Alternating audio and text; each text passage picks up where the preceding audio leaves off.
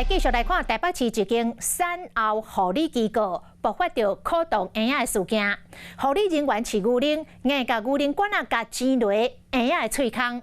事后，议员要求机构提供着录影带，机构说讲影带只有独存10天。议员更加发现这个录影镜头有死角，若毋是有人检举，可能真相就沉落大海咯。台北市长周万安承诺会加强查核，启动调查。这个囡仔一直靠验过工作人员，敢若当作无听，就用手固定伊的头，继续将牛奶管插入伊的喙内。台北市产后护理机构发生可度红婴的事件。代志发生后，议员要求提供监视器画面，验过最后却发现，他们只愿意提供10天而已哦，10天的录影带要天哪！他们在喂奶的地方有 CCTV 的摄影死角。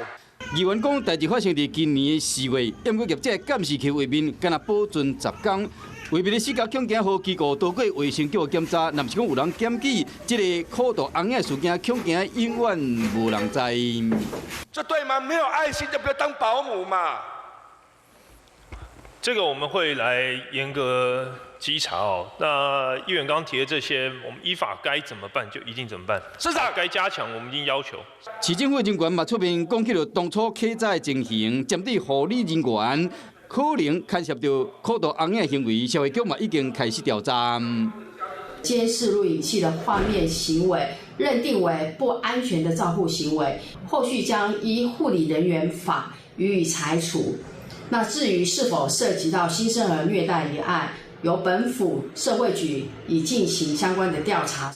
除了确定开单以外，市政府跨局处讲要赶紧调查真相，和家长一个交代。